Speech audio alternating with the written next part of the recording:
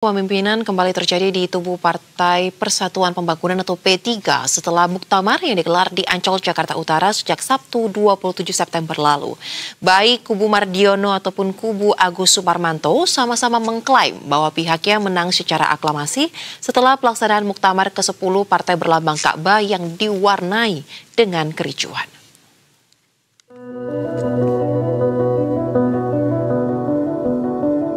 Dalam muktamar ke-10 P3, salah satu agenda utama yaitu memilih ketua umum untuk masa jabatan 2025-2030. Kubu Muhammad Mardiono mengklaim Mardiono terpilih menjadi ketua umum DPP P3 secara aklamasi.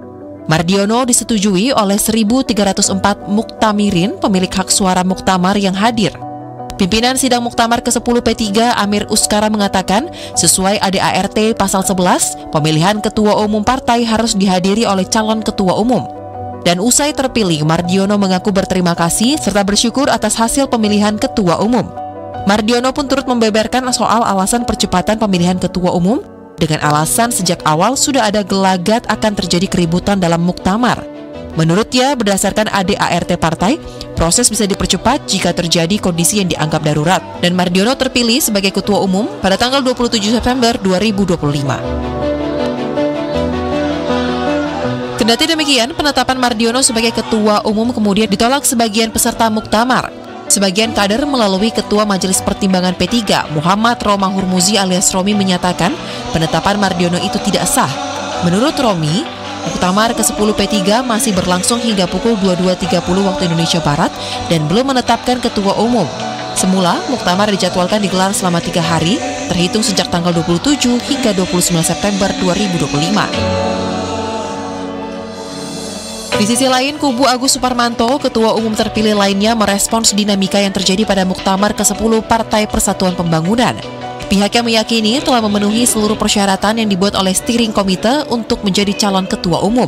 Oleh sebab itu, Agus menyerahkan semua penilaian terhadap dinamika yang terjadi kepada panitia. Klaim yang dilayangkan oleh pendukung Muhammad Mardiono dianggap sebagai hak dari para kader. Agus pun menyampaikan sikap terbuka untuk membangun komunikasi kepada kubu Mardiono, baik itu komunikasi khusus ataupun terbuka. Menurutnya, sebagai sesama manusia perlu adanya rasa saling memaafkan.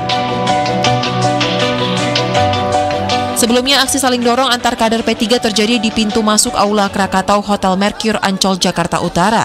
Kericuhan dipicu oleh sejumlah kader yang menuntut terjadinya perubahan di tubuh Partai Berlambang Ka'bah tersebut.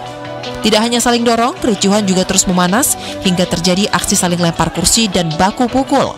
Ironisnya, kericuhan ini pecah saat PLT Ketua Umum P3, Mardiono, tengah menggelar konferensi pers.